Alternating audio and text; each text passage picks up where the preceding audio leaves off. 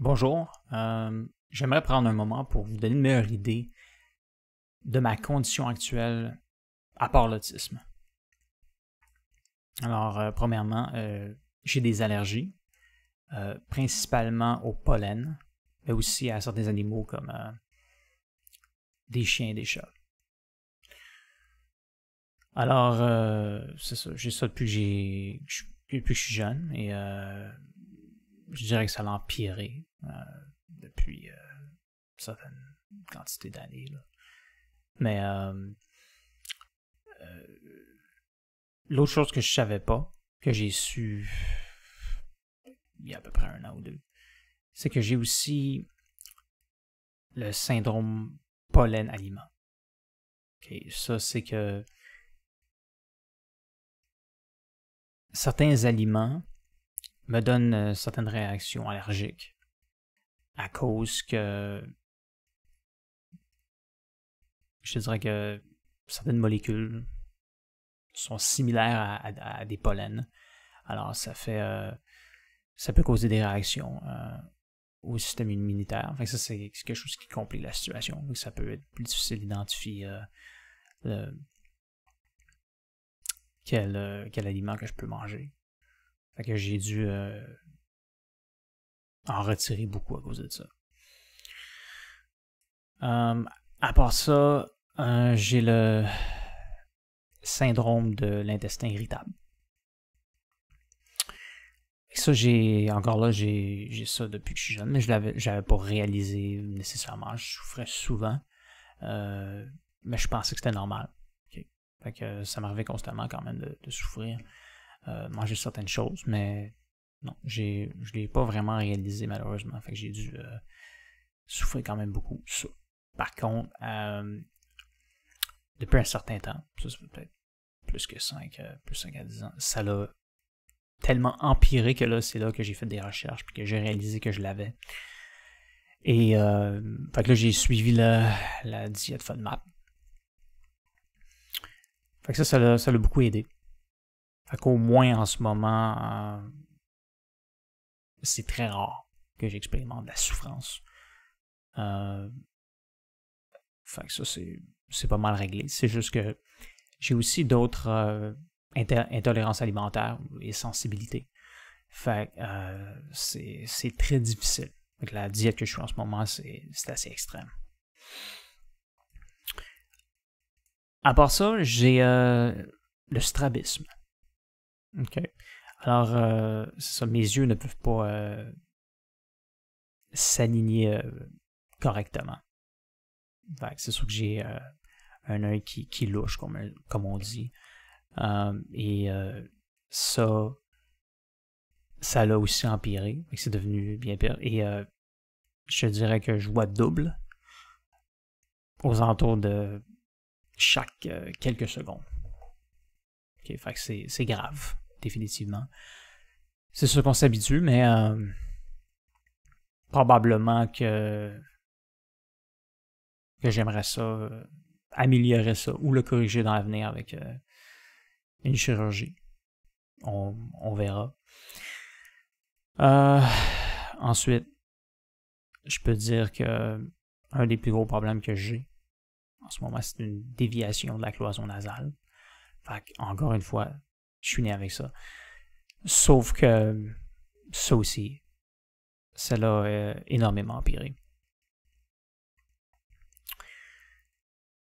Et il y a environ 2 ans, c'est là que j'ai finalement décidé de faire une septoplastie. La chirurgie pour corriger la déviation. Alors, au début, il n'y avait pas vraiment de différence, je te dirais, après la chirurgie, mais après une certaine quantité de semaines, ça s'améliore un peu. Et à son mieux, c'était même pas près de mes attentes. Mais c'était quand même un peu mieux. Alors, c'est ça. Le problème, c'est que plusieurs mois après ça, ça l'a ça l'a changé. Je me sentais moins bien, je commençais à avoir moins d'air par le nez. Alors, je suis retourné voir un ORL et c'est là qu'il m'a dit que j'avais encore une déviation, que malheureusement, ça avait redévié.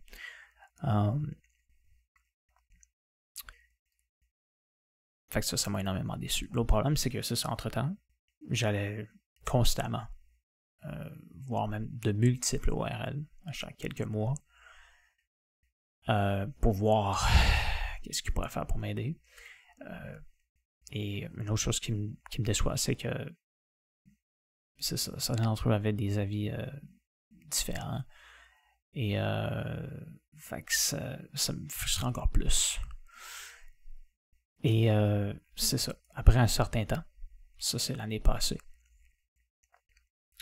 là la déviation l'a encore empiré. Okay, là j'avais presque pas d'air par le nez. Ok, là c'était à un tout autre niveau. Et c'est là que je suis retourné voir un nouveau ORL. Et malheureusement, il m'a dit que c'est ça, que j'avais encore une déviation, mais que ce n'était pas le genre de déviation qui pouvait être corrigé avec une septoplastie. Une autre septoplastie. Parce que c'est ça, ce qui restait de ma cloison, il n'en reste pas assez pour ça. M'a aussi dit que j'avais les allergies et d'autres problèmes probablement nasales ou au niveau des valves ou quelque chose d'autre comme ça qui rend beaucoup plus difficile de respirer. Alors, il m'a dit que c'est ça demandait une opération d'environ 3 ans et qu'il aurait probablement besoin de prendre une partie de mes côtes pour, dans le fond, reformer, solidifier la cloison nasale. Fait que c'est ça, c'est une mauvaise nouvelle. Mais en même temps, c'est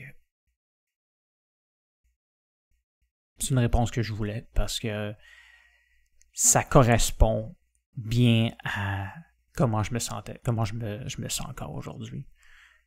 Alors, je préfère de loin avoir ce genre de nouvelles-là pour savoir à quoi m'en tenir. Alors, tout ça aussi, ça mène à d'autres problèmes. Fait que là, ça me met une sensibilité à plusieurs lumières. Un type de lumière, comme la lumière bleue, des choses comme ça, des lumières fluorescentes. Fait que j'imagine que tout ça, c'est lié.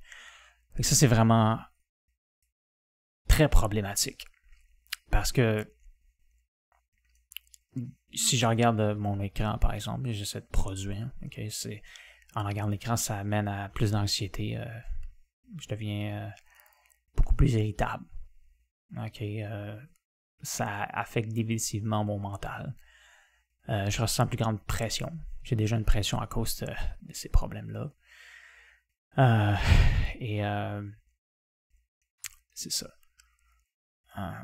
Comme je l'ai dit, ça fait une grande différence, surtout quand je passe plusieurs heures à regarder certains types de lumière. Et ces problèmes-là, ça peut aussi affecter ma voix. Il y a plusieurs choses dans le fond qui peuvent faire en sorte que c'est beaucoup plus difficile pour moi de m'exprimer. En ce moment, ça va bien. Mais au pire, c'est vraiment quelque chose. Là. Quand c'est à son pire, comme je te dis, c'est vraiment une expérience humiliante. Alors, aussi, j'ai le trouble obsessionnel compulsif. Okay, encore là, ça doit être lié. Ça, c'est ça. Ça mène à plus d'obsession, mais aussi beaucoup de pensées récurrentes obsessives. Je peux pas calmer mon esprit. Alors, je n'expérimente pas de clarté mentale. Ça fait des années que j'ai aucune clarté mentale. Fait que ça, c'est vraiment pénible. Alors, je me dis que peut-être que j'ai aussi des problèmes de neurotransmetteurs. Alors, il y a quelques mois, j'ai commencé à prendre des antidépresseurs. Pour voir si ça pouvait m'aider. Ensuite, je suis retourné à 10 mg. À partir de... Je suis monté à 40, c'est ça, puis je suis rebaissé à 10 après. Et il y a quelques semaines, j'ai complètement arrêté de les prendre. Fait que je ne sais pas si ça m'a aidé tant que ça. Là. J'ai eu certains effets secondaires, mais ça semble pas plus grave que ça. Fait que j'ai peut-être encore un peu des antidépresseurs dans mon système, mais ça devrait disparaître dans les prochaines semaines ou mois. Fait que c'est sûr que, oui, plusieurs de ces choses-là, ça peut mener aussi à de la fatigue, qui peut être difficile à prédire. Ça peut définitivement être imprévisible. Encore une fois, l'autre problème, tout ça c'est lié, c'est que je peux avoir beaucoup de difficulté à dormir. Okay. À cause de la déviation aussi, ça peut être difficile de savoir est-ce que je devrais me coucher à gauche ou à droite. Tout ça c'est complexe parce que je suis même inscrit pour passer un test du sommeil. Ça fait plus qu'un an, je ne sais pas combien de temps, mais avec le coronavirus, il y a plusieurs des médecins que je suis posé de rencontrer, que je suis en attente, qui ont été dans le fond, définitivement reportés. Fait que j'ai aucune idée du temps que ça pourrait prendre. Et c'est ça. Aussi, ce que j'ai pas mentionné, c'est qu'avec des allergies, je peux aussi expérimenter de l'écoulement post-nasal. Fait qu'il peut y avoir du mucus qui coule dans ma gorge constamment. Ça l'a beaucoup empiré, ça, probablement tout de suite après la septoplastie. Donc ça, c'est quelque chose qui peut aussi probablement affecter dans mon sommeil. Si je me couche sur le dos, ce qui se passe, c'est que parfois, je peux me réveiller, probablement des micro-réveils. Ça m'est déjà arrivé que j'ai entendu comme un bruit d'étouffement, mais j'ai quand même des doutes de si j'ai l'apnée du sommeil. Je suis pas convaincu, mais on verra ça si je fais des tests dans l'avenir. Alors ça complique beaucoup les choses parce que des fois je dors beaucoup moins. Ça m'aide ça m'aide pas du tout là, pour avoir de l'énergie. Et j'ai probablement aussi d'autres problèmes que je suis pas au courant en ce moment là. C'est sûr que je crois à ça. Alors c'est définitivement pas le genre de cocktail que vous voulez goûter. Malheureusement, j'ai pas une tumeur au cerveau, alors on peut pas me prioriser en ce moment. Je veux être très clair. Ça paraît peut-être pas en ce moment, mais ma condition actuelle est définitivement digne du suicide. Je pense qu'il y a beaucoup de gens qui se tuent pour moins que ça. Mais ne vous inquiétez pas, je me tuerai jamais. Je promets de ne jamais abandonner. Je vais défier les probabilités et accomplir ma destinée.